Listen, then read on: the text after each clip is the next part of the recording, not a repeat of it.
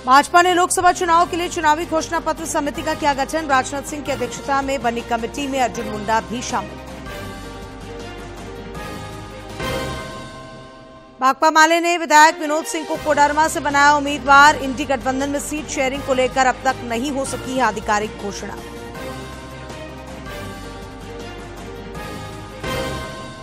मुख्य निर्वाचन पदाधिकारी ने हजारीबाग शहरी क्षेत्र के मतदान केंद्रों का किया निरीक्षण। हजारीबाग, रामगढ़, कोडरमा जिलों में चुनावी तैयारियों की समीक्षा भी की।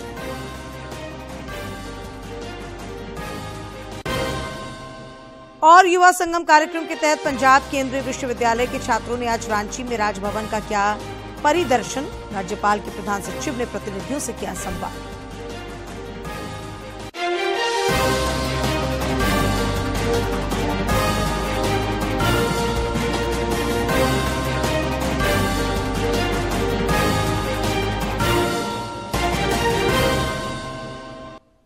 नमस्कार, खबरें झारखंड में आपका स्वागत है। मैं हूं डॉक्टर शीता आनंद और अब समाचार विस्तार से। भारतीय जनता पार्टी ने आगामी लोकसभा चुनाव के लिए 27 सदस्यीय चुनाव घोषणा पत्र समिति का गठन किया है। पार्टी के वरिष्ठ नेता राजनाथ सिंह को समिति का अध्यक्ष बनाया गया है। भाजपा के वरिष्ठ नेता अर्जुन मुंडा को इस समिति में सदस्य बनाया गया है। इस समिति में अन्य राज्यों के नेताओं को भी शामिल किया गया है। झारखंड में लोकसभा चुनाव को लेकर एनडीए गठबंधन ने सभी 14 सीटों पर अपने प्रत्याशियों का ऐलान कर दिया है, जबकि इंडी गठबंधन की ओर से अब तक आधिकारिक सीट शेयरिंग की घोषणा नहीं हो पाई है। हालांकि कांग्रेस ने 3 और भाकपा माले ने 1 उम्मीदवार के नाम का ऐलान कर दिया है और कहा जा रहा है कि सीटों को लेकर झारखंड में इंडी गठबंधन में अब भी कुछ खींचतान जारी है। लोकसभा चुनाव के ऐलान के साथ ही झारखंड में भी राजनीति के मंच पर शतरंज की बिसात बिछ चुकी है। एनडीए गठबंधन ने जहां अपने 14 के 14 उम्मीदवार का ऐलान कर दिया है, वहीं इंडी गठबंधन में सीट शेयरिंग का फॉर्मूला भी अब तक फाइनल नहीं हो सका है। झारखंड के चुनावी रणक्षेत्र में एनडीए ने राज्य की सभी 14 सीटों पर प्रत्याशियों का ऐलान कर दिया है। 13 सीटों पर भारतीय जनता पार्टी, जबकि सहयोगी दल आसू पार्टी 1 सीट पर चुनाव लड़ेगा। भाजपा ने खूंटी से अर्जुन मुंडा, कोडरमा से अन्नपूर्णा देवी, रांची से संजय सेठ, राजमहल से ताला मरांडी, दुमका से सीता सोरेन, गोड्डा से निशिकांत दुबे, चतरा से कालीचरण सिंह, धनबाद से ढुल्लू महतो, जमशेदपुर से विद्युत वरण महतो, सिवुम से गीता कोड़ा, लोहरदगा से सबीर उरांव, पलामू से बीडी राम और हजारीबाग से मनीष जायसवाल को मैदान में उतारा है। जबकि एनडीए की सहयोगी आसू पार्टी ने गिरिडीह से चंद्रप्रकाश चौधरी को उम्मीदवार बनाया है। एकजुट होकर के हम लोग चुनाव लड़े, पूरी ताकत के साथ चुनाव लड़े और 14 के 14 लोकसभा हम लोग जीते। एनडीए के सहयोगी के रूप में राज्य के अंदर 14 पार्लियामेंट एरिया में एक पार्लियामेंट क्षेत्र जो हमारा है। एक ओर जहां भाजपा और आसू पार्टी ने अपने अपने प्रत्याशियों के नाम का ऐलान कर दिया है, वहीं इंडी गठबंधन में उम्मीदवारों का चयन तो दूर, अब तक सीट शेयरिंग पर भी सहमति नहीं बन पाई है। हालांकि कांग्रेस ने खूंटी से कालीचरण मुंडा, हजारीबाग से जयप्रकाश भाई पटेल और लोहरदगा संसदीय क्षेत्र से सुखदेव भगत और भाकपा माले ने कोडरमा से विनोद सिंह को उम्मीदवार बनाने की घोषणा कर दी है। लेकिन बाकी सीटों पर उम्मीदवार चयन को लेकर मंथन का दौर जारी है, या यूं कहें कि बाकी सीटों पर अब भी खींचतान जारी है। देखिए, बहुत जल्द उम्मीदवारों की घोषणा हो जाएगी। ये सही है कि हमारे यहाँ 4थे चरण में चुनाव होना है और 4थे चरण में जब चुनाव होना है तो हम लोग पूरा फूक फूक के कदम उठा रहे हैं। जब लोहरदगा में कांग्रेस ने उम्मीदवार तय किए, हम लोग अपना पार्ट, जो हमारा कमिटमेंट, हम पूरी ईमानदारी से पूरा करेंगे। कोडरमा लोकसभा क्षेत्र के उम्मीदवार की घोषणा हम लोग कर रहे हैं। वहां से हमारे उम्मीदवार वर्तमान विधायक कॉमरेड विनोद सिंह इंडिया गठबंधन की ओर से होंगे। इस बार के चुनाव में भाजपा ने हजारीबाग, लोहरदगा, चतरा, धनबाद, राजमहल, दुमका और चाईबासा में नए प्रत्याशियों पर दांव खेला है। इसमें से दुमका के उम्मीदवार सीता सोरेन, झामुमो और चाईबासा के उम्मीदवार गीता कोड़ा कांग्रेस छोड़कर भाजपा में शामिल हुई हैं। उधर भाजपा छोड़कर हाल ही में हाथ थामने वाले जयप्रकाश भाई पटेल पर कांग्रेस ने हजारीबाग से भरोसा जताया है।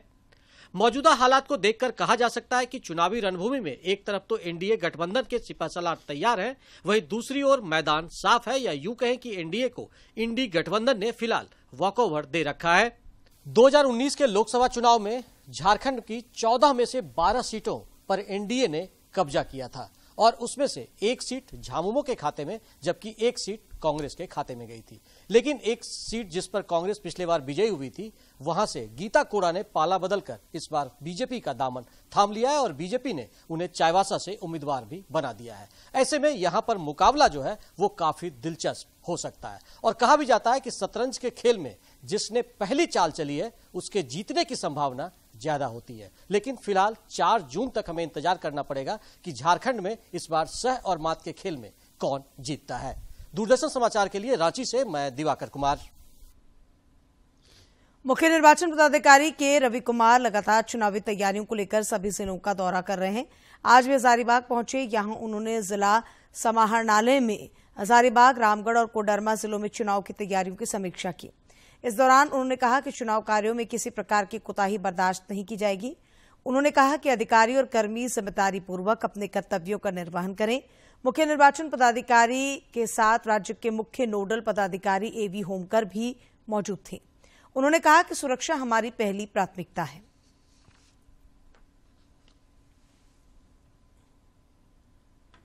बहुत ही क्लियर है सिक्योरिटी प्रिपरेशन को लेकर, उसका संबंध में क्या तैयारी समीक्षा की गई थी। वो आज का स्टेज में क्या तैयारी था वो तैयारी किया हुआ है तीनों जिला पर।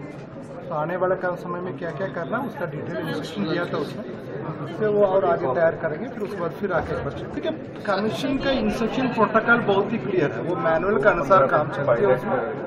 उसमें मैनुअल के अनुसार कितना नाम से स्टैंडर्ड ISO वो फॉलो किया नहीं किया वो चेक किया जाएगा। देखिए, आज मुख्य रूप से 3 जिलों का रिव्यू हुआ था, जिसमें कि हजारीबाग, रामगढ़ और कोडरमा जिले और उनके KSP, DC और सभी पुलिस पदाधिकारी शामिल थे। जहां तक नक्सल प्रभावित क्षेत्रों की बात है तो उसके लिए एक अलग से विशेष अभी प्लान बनता है। उस पर काफ़ी विस्तृत रूप से चर्चा की गई है और सभी SPs ने उन क्षेत्रों में एक विशेष अभियान, एक प्लान बनाया है और क्या उनकी रिक्वायरमेंट्स होंगी, फोर्सेस की क्या रिक्वायरमेंट होंगी और जो वहाँ पे CAPF के बल जो दिए जाएंगे उसकी भी आकलन की गई है। अभी हम लोगों ने सभी जिलों में आवश्यकता अनुसार एक या उससे अधिक CAPF की कंपनीज को प्री पोल एक्टिविटीज़ के लिए दिया हुआ है और वो सभी का काफ़ी अच्छे से इस्तेमाल जिलों में किया जा रहा है। इसके पहले मुख्य निर्वाचन पदाधिकारी ने हजारीबाग के कई शहरी मतदान केंद्रों का निरीक्षण किया। निरीक्षण के क्रम में उन्होंने BLO के निर्वाचन संबंधित जिम्मेदारियों के निर्वहन की जानकारी ली। मौके पर उन्होंने मतदान केंद्रों पर सभी जरूरी सुविधाएं सुनिश्चित करने का निर्देश दिया।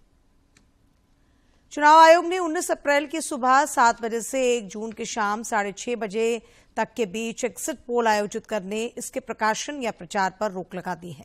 निर्वाचन आयोग ने इस संबंध में अधिसूचना जारी कर दी है। गौरतलब है कि इस अवधि में लोकसभा के अलावे 4 राज्यों के विधानसभा चुनाव के लिए अलग अलग चरणों में मतदान होंगे। रांची जिले में लोकसभा चुनाव से पहले ज्यादा से ज्यादा योग्य नागरिकों के नाम मतदाता सूची में जोड़ने को लेकर लगातार प्रयास किए जा रहे हैं। अब शहरी क्षेत्र में BLO के साथ साथ नगर निगम के सफाई कर्मचारी और सुपरवाइजर भी इस काम में लगाए जा रहे हैं।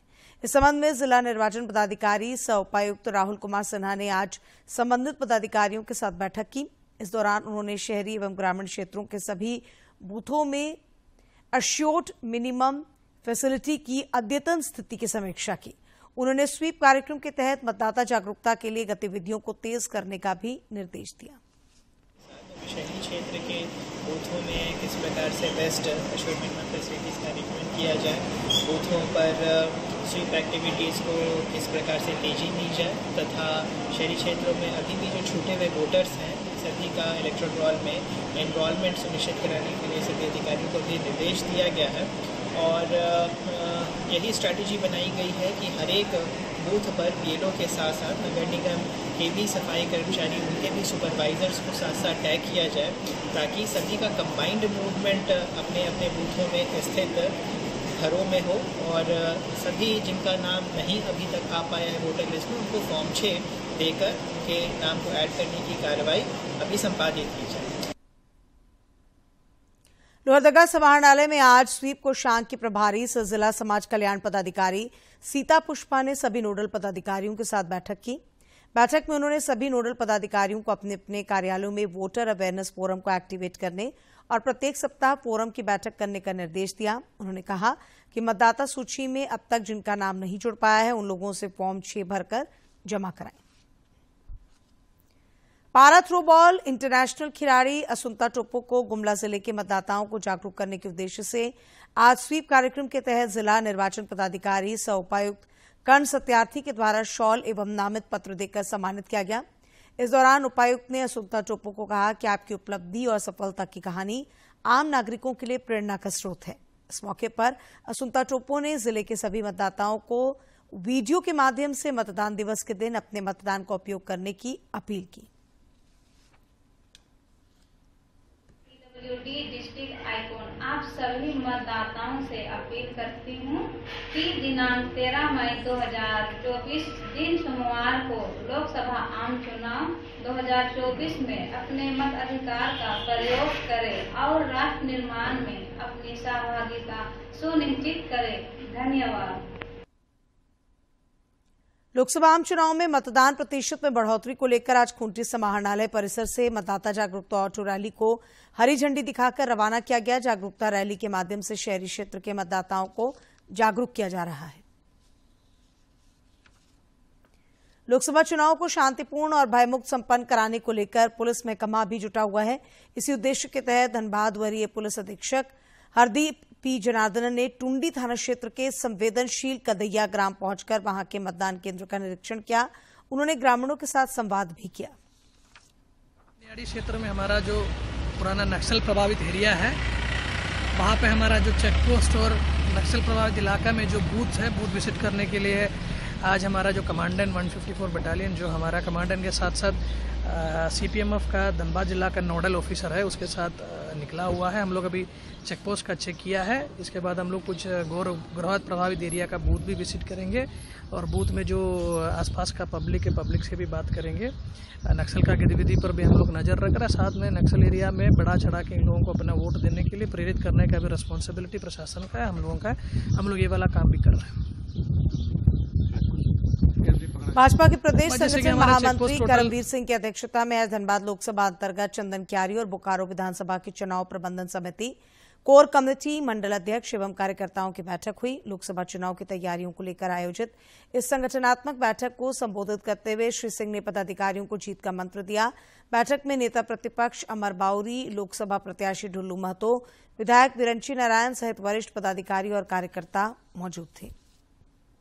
दिल्ली के मुख्यमंत्री अरविंद केजरीवाल की शराब घोटाला मामले में ईडी द्वारा गिरफ्तारी के बाद कल दिल्ली के रामलीला मैदान में इंडी गठबंधन की महारैली होगी। इस रैली में शामिल होने के लिए झारखंड के मुख्यमंत्री चंपाई सोरेन और कल्पना सोरेन आज दिल्ली पहुंचे। कल्पना सोरेन ने आज दिल्ली के सीएम की पत्नी सुनीता केजरीवाल से उनके आवास पर मुलाकात की। इस दौरान उन्होंने कहा कि जो घटना झारखंड में 2 महीने पहले हुई वही घटना दिल्ली में हुई है। महीने पहले हुई थी वो यहाँ दिल्ली में भी सेम घटना हुई है। मेरे पति हेमंत जी को भी जेल भेजा गया। आज यहाँ पे अरविंद सर को भी यहाँ पे जेल भेजा गया है। तो जो परिस्थिति जो स्थिति हमारी झारखंड में है वही अब यहाँ दिल्ली में भी हो गई है। तो मैं मैम से सुनीता मैम से मिलने आई थी, उनका दुख दर्द बांटने आई थी। तो उन्होंने भी अपने व्यथा सुनाई और हम लोगों ने यही मिलकर प्रण किया है कि अब इस लड़ाई को हम लोगों को बहुत दूर तक लेके जाना है, जिनपे मैम का भी साथ हमारे साथ रहेगा और हमारा पूरा झारखंड भी अरविंद केजरीवाल जी सर के साथ भी हमेशा रहेगा। मैम सोनिया गांधी से मिलने जाएंगी आप? हाँ जी। अभी केंद्रीय विश्वविद्यालय पंजाब के छात्रों का एक दल आजकल युवा संगम कार्यक्रम के तहत झारखंड के भ्रमण पर है। छात्रों का ये दल आज परिभ्रमण के लिए राजभवन पहुंचा, जहां राज्यपाल के प्रधान सचिव डॉक्टर नितिन मदन कुलकर्णी ने इनसे संवाद किया। उन्होंने कहा कि युवा संगम के तहत राजभवन आने वाला ये तीसरा दल है। सबसे पहले जम्मू कश्मीर, इसके बाद हरियाणा और फिर आज पंजाब के छात्र आए हैं। इस दौरान उन्होंने झारखंड की समृद्ध विरासत का जिक्र भी किया। मौके पर छात्रों और उनके साथ आए शिक्षाविदों ने अपनी अपनी बातें रखी। एमआईटी यूनिवर्सिटी का तीसरा दीक्षांत समारोह आयोजित हुआ। एचईसी स्थित संस्थान परिसर में आयोजित दीक्षांत समारोह के दौरान 321 विद्यार्थियों को विभिन्न कोर्सेज के लिए डिग्रियां प्रदान की गईं। समारोह में मुख्य अतिथि के तौर पर एमईटी विश्वविद्यालय के कुलपति अतुल चौहान मौजूद थे। इस दौरान झारखंड एमईटी विश्वविद्यालय के उप कुलपति अशोक श्रीवास्तव और विभिन्न प्रतिष्ठित प्रतिष्ठानों के सीईओ मौजूद रहे। For the class of 2023, including those in absentia who have successfully completed their respective programs. Chancellor sir, may I request you to...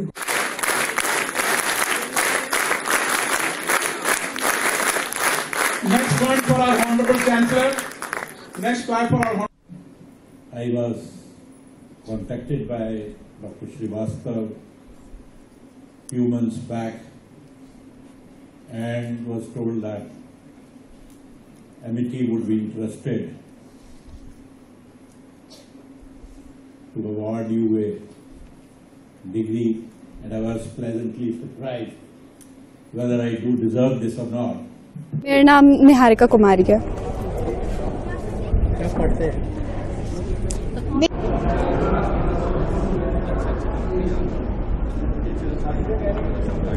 मैं जर्नलिज्म एंड मास कम्युनिकेशन की स्टूडेंट हूँ और मुझे मेरे सब्जेक्ट में टॉपर्स का गोल्ड मेडल मिला है एंड फॉर ह्यूमैनिटेरियन वैल्यू मुझे बलजीत शास्त्री अवार्ड मिला है जो कि एमईटी के हाईएस्ट पेड अवार्ड में से एक है and I am beyond happy. मैं इसका श्रेय मैं अपने फैकल्टीज मेंबर को देना चाहूँगी, मैं अपने गार्जियन को देना चाहूँगी and my beloved friends who all supported me and who all believed in me. So this is it and I am beyond happy. I cannot even express my gratitude and happiness. Latehar police को नक्सलियों के खिलाफ आज बड़ी सफलता हाथ लगी। Police ने 5 लाख रुपए के इनामी नक्सली नागेश्वर भुक्ता को गिरफ्तार किया है। जिले के पुलिस अधीक्षक अंजनी अंजन ने बताया कि दर्जनों कांडों में पुलिस को इसकी तलाश थी।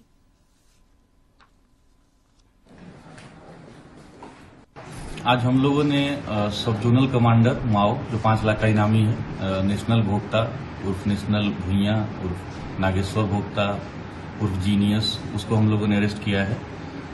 सूचना प्राप्त हुई कि छोटू खेरवार जो माओवादी है और उनका सबसे बड़ा नेता है अभी, तो वो अभी आम सभा चुनाव की तैयारी चल रही है, उसमें फोर्सेस का मूवमेंट होता है, तो उसकी निगरानी के लिए और भविष्य में कोई पुलिस के खिलाफ या सुरक्षा बलों के खिलाफ कार्रवाई करे, इसके लिए मिर्चैया पहाड़ के आसपास आया हुआ था। तो जब सूचना प्राप्त हुई तो हम लोगों ने डीएसपी साहब के नेतृत्व में एक टीम का गठन किया। हमारी टीम आपके सामने, इसमें गारू थाना प्रभारी और गारू के जेएसआई वगैरह भी सभी लोग थे। तो हमारी टीम जब वहां गई तो पुलिस को देखकर वो भागने लगे। अपनी टीम से अलग होने के कारण नेशनल भोक्ता को हम लोगों ने अप्रीहेंड किया, हालांकि हथियार इसे बरामद नहीं कर पाए हैं, लेकिन इसको हम लोगों ने अरेस्ट किया और इसके द्वारा पूछताछ में पता चला कि छोटू अपने दस्ते के साथ आया था और अभी हम लोगों का करंट अभियान भी चल रहा है छोटू खेरवार के दस्ते के खिलाफ में। और मैं मानता हूं कि इस गिरफ्तारी से छोटू खेरवार का दस्ता थोड़ा कमजोर हुआ है। कितने आपराधिक मामले दर्ज? इसके खिलाफ पता चला है 11 मामले दर्ज हैं। दूसरे जिलों में भी और केस हो सकता है, तो उसकी जानकारी हम लोग प्राप्त करेंगे। उधर धनबाद पुलिस ने कार्रवाई करते हुए मुंगेर से अवैध हथियार लाकर धनबाद में बेचने वाले 2 लोगों को गिरफ्तार किया है। वरीय पुलिस अधीक्षक हरदीप पी जनार्दनन ने अवैध हथियार की हो रही खरीद बिक्री और गैरकानूनी उपयोग पर पूर्ण रोक लगाने के लिए एसडीपीओ निरसा के नेतृत्व में एक स्पेशल इन्वेस्टिगेशन टीम गठित की थी, जिसके बाद ये सफलता हाथ लगी। रांची जिला अंतर्गत बुढ़मू प्रखंड के ठाकुर गांव से 4 धाम की यात्रा के लिए निकली 2 बसें आज सुबह दुर्घटनाग्रस्त हो गई। इस हादसे में 2 लोगों की मौत हो गई है, जबकि आधा दर्जन तीर्थयात्री घायल हो गए हैं। बिहार के डेहरी में तीर्थयात्रियों की बस में खराबी आ गई थी, जिसे ठीक कराने के दौरान सड़क किनारे खड़ी बस को कोयला लदे एक ट्रक ने टक्कर मार दी। टाटा स्टील एडवेंचर फाउंडेशन राज्य की 16 वर्षीय पर्वतारोही काम्या कार्तिकेयन के माउंट एवरेस्ट के चढ़ने के पहले प्रयास का समर्थन करेगा। कल जमशेदपुर से उसे रवाना किया गया।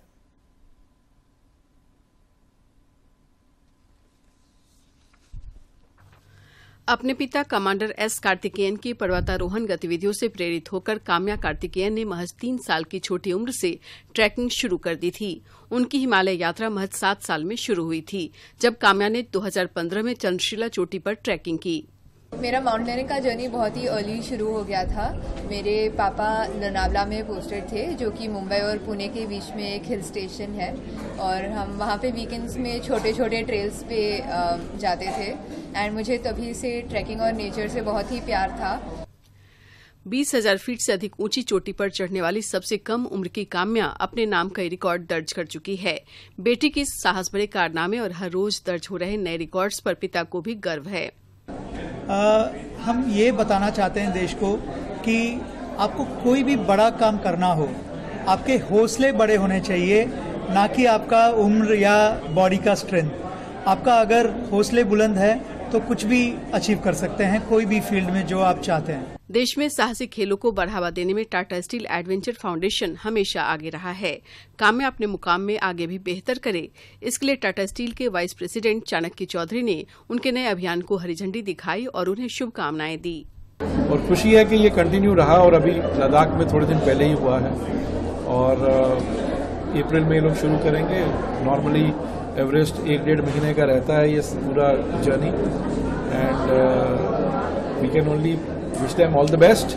5 महाद्वीपों के सबसे ऊंचे शिखरों पर काम्या की चढ़ाई वास्तव में युवा और उभरते भारत के लिए प्रेरणादायी है। जमशेदपुर से राजेश कुमार लालदास की रिपोर्ट। भारतीय सेना की प्रतिरोधक क्षमता की सटीकता और ताकत के एक लुभावने प्रदर्शन में मिसाइल विशेषज्ञों ने आज अपनी लंबी दूरी की लक्ष्यकरण क्षमताओं का प्रदर्शन किया। इस दौरान ब्रह्मोस मिसाइल ने अंडमान और निकोबार द्वीप समूह के ऊपर से उड़ान भरी और अपनी अद्वितीय शक्ति से आकाश को प्रज्वलित कर दिया।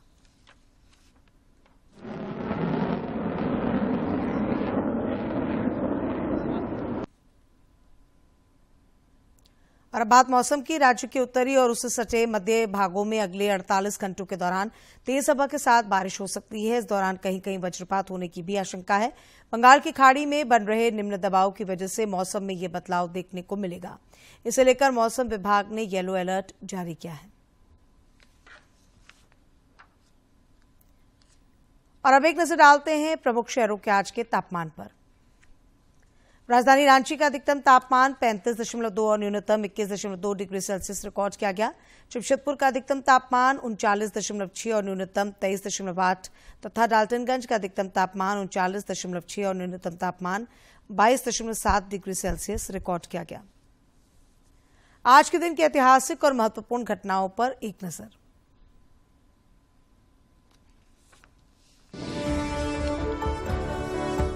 मार्च साल 1930 को महान क्रांतिकारी और स्वतंत्रता सेनानी श्यामजी कृष्ण वर्मा का निधन हुआ। भारत को स्वतंत्र कराने में उन्होंने अपना संपूर्ण जीवन समर्पित किया। साल 2003 में गुजरात के तत्कालीन मुख्यमंत्री नरेंद्र मोदी उनकी अस्थियां स्विट्जरलैंड से भारत लाए और बाद में फिर साल 2015 में बतौर प्रधानमंत्री नरेंद्र मोदी ने अपनी इंग्लैंड यात्रा के दौरान श्यामजी कृष्ण वर्मा के मरणोपरांत society of the inner panel द्वारा उनका रीइंस्टेटमेंट सर्टिफिकेट प्राप्त किया। इस अवसर को अपना सौभाग्य बताते हुए प्रधानमंत्री नरेंद्र मोदी ने कहा कि यह जरूरी है कि भारत के युवाओं को उनके साहस और महानता के विषय में जानकारी हो। 30 मार्च साल 1949 को राजस्थान राज्य का गठन हुआ। राजस्थान क्षेत्रफल के हिसाब से भारत का सबसे बड़ा राज्य है। सबसे बड़ा शहर होने के साथ ही जयपुर इसकी राजधानी है। इससे पहले राजस्थान राजपुताना के नाम से जाना जाता था और कई छोटी बड़ी रियासतों को मिलाकर यह राज्य बना, जिसका शाब्दिक अर्थ है राजाओं का स्थान। इन रियासतों में जोधपुर, जयपुर, जैसलमेर और बीकानेर रियासतें मुख्य थीं। मुगलों और खिलजियों समेत बाहरी आक्रांताओं से लोहा लेने में यह क्षेत्र हमेशा अग्रणी रहा। शौर्य और पराक्रम के अप्रतिम प्रमाण महाराणा प्रताप ने इसी राजपुताने की आन बान शान के लिए मुगलों से आजीवन संघर्ष किया। आज के दिन को राजस्थान दिवस के रूप में मनाया जाता है। राजस्थान के समृद्ध वास्तुशिल्प और सांस्कृतिक विरासत की झलक आज भी कई किलों और महलों में देखी जा सकती है।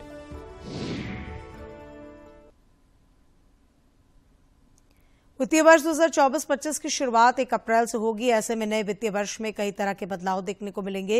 इस रिपोर्ट के जरिए जानते हैं इन बदलावों को। 23-24 अपने आखिरी दौर में हैं। ऐसे नए वित्त वर्ष की शुरुआत के साथ ही कई ऐसे नियम हैं जो बदलने वाले हैं। ये आम लोगों की जेब पर सीधा असर डालेंगे। 31 मार्च से पहले फटाफट निपटा लें ये जरूरी काम। आइए जानते हैं अप्रैल 2024 से कौन से फाइनेंशियल नियमों में बदलाव हो रहे हैं। अप्रैल 2024 से फास्टैग से जुड़े नियमों में बदलाव हो रहा है। अगर आप 31 मार्च 2024 तक फास्टैग केवाईसी को अपडेट नहीं करवाते हैं तो अगले महीने से आपको दिक्कत का सामना करना पड़ सकता है। बिना केवाईसी वाले फास्टैग को बैंक डीएक्टिव कर देगा। इसका मतलब है कि अगर फास्टैग में बैलेंस है तब भी उसके जरिए भुगतान नहीं होगा। NHAI ने फास्टैग केवाईसी को अनिवार्य कर दिया है। पैन को आधार से लिंक करने की डेडलाइन 31 मार्च 2024 है। अगर पैन को आधार कार्ड से लिंक नहीं किया गया तो पैन नंबर रद्द हो जाएगा, यानी कि पैन का इस्तेमाल दस्तावेज के तौर पर नहीं किया जाएगा। 1 अप्रैल के बाद पैन को आधार से लिंक करने के लिए यूजर को 1000 रुपए की पेनल्टी का भुगतान करना होगा। 1 अप्रैल 2024 से EPFO के नियमों में भी बदलाव होने वाला है। दरअसल कर्मचारी भविष्य निधि संगठन अगले महीने से नया नियम लागू करने वाले हैं। इस नियम के अनुसार अब नौकरी चेंज करने के बाद PF अकाउंट ऑटो मोड में ट्रांसफर हो जाएगा। इसका मतलब है कि अब अकाउंट ट्रांसफर करने के लिए यूजर को रिक्वेस्ट देने की जरूरत नहीं होगी। इस नियम के लागू होने के बाद यूजर की परेशानी एक हद तक कम हो जाएगी। SBI credit card. जिन यूजर्स के पास SBI क्रेडिट कार्ड है उनको बता दें कि 1 अप्रैल 2024 से क्रेडिट कार्ड के नियमों में बदलाव होने वाला है। अगर आप SBI क्रेडिट कार्ड के जरिए रेंट पेमेंट करते हैं तो बता दें कि 1 अप्रैल से रेंट पेमेंट पर आपको कोई रिवॉर्ड पॉइंट नहीं दिया जाएगा। कुछ क्रेडिट कार्ड पर ये नियम 1 अप्रैल से मान्य हो जाएगा तो वहीं कुछ पर 15 अप्रैल 2024 के बाद से लागू होगा। इंश्योरेंस के नियमों में होने जा रहा है बदलाव। इंश्योरेंस सेक्टर में भी 1 अप्रैल से बड़े बदलाव होने जा रहे हैं। IRDAI ने नियमों में बदलाव करते हुए सरेंडर वैल्यू के नियम को बदल दिया है। अब ग्राहक जितनी देर से पॉलिसी को सरेंडर करेंगे उन्हें उतनी ज्यादा सरेंडर वैल्यू मिलेगी। 3 साल के अंदर पॉलिसी सरेंडर करने पर आपको मूल्य से कम सरेंडर वैल्यू मिलेगी। वहीं 4 से 7 साल के अंदर पॉलिसी सरेंडर करने पर सरेंडर वैल्यू पर कुछ बढ़त हो सकती है। New tax regime. अगर टैक्स पेयर ने अभी तक टैक्स रेजिम का सिलेक्शन नहीं किया है तो उनके पास कुछ दिन का समय और बचा है। दरअसल 1 अप्रैल 2024 से नई कर व्यवस्था डिफॉल्ट टैक्स रेजिम बन जाएगी, यानी कि करदाता को ऑटोमेटिक तौर पर नई कर व्यवस्था के नियमों के अनुसार ही टैक्स का भुगतान। और अंत में मुख्य समाचार एक बार फिर।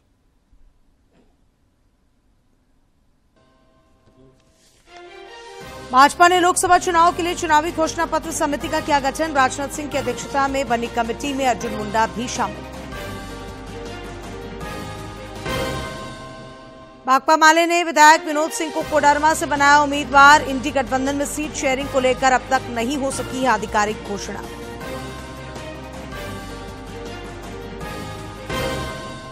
मुख्य निर्वाचन पदाधिकारी ने हजारीबाग शहरी क्षेत्र के मतदान केंद्रों का किया निरीक्षण। हजारीबाग, रामगढ़, कोडरमा जिलों में चुनावी तैयारियों की समीक्षा भी की।